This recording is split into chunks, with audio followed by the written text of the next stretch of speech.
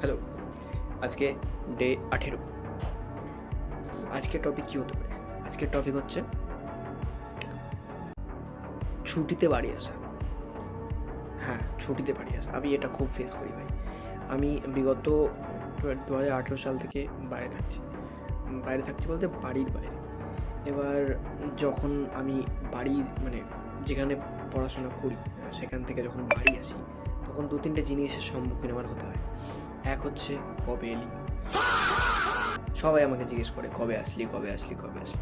অবশ্য সেটা আমার ভালো লাগে। অবশ্য সবাই আমাকে আমার ব্যাপারে জানতে চায় যে কবে আসলাম না আসলাম। খুব ভালো। আমি খুবই আপ্লুত হই এবং তাদেরকে বলি যে না আমি কালকে এলাম বা আজকে এলাম। বা আরেকটা জিনিস হচ্ছে যখন বাড়িতে অনেকদিন থাকা হয় তো, ধরো বাড়িতে তুমি 1 সপ্তাহ 2 সপ্তাহ ধরে আসো, তুমি বাইরেই থাকো বাট এখন বাড়িতে তুমি আছো কিছুদিন ধরে, কনস্ট্যান্ট থাকছো। তো তাদের মনে আরেকটা কোয়েশ্চেন অ্যারাইজ হয় যে কবে যাবি? বা কদিন আছিস? কদিন থাকবি? ঠিক আছে, আর যাচ্ছিস না নাকি? আর পড়াশোনা শেষ হয়ে গেল নাকি? তো এরকম অনেক ধরনের কোয়েশ্চেন অ্যারাইজ হয়। আমি বিগত কিছুদিন ধরে বাড়িতেই আছি।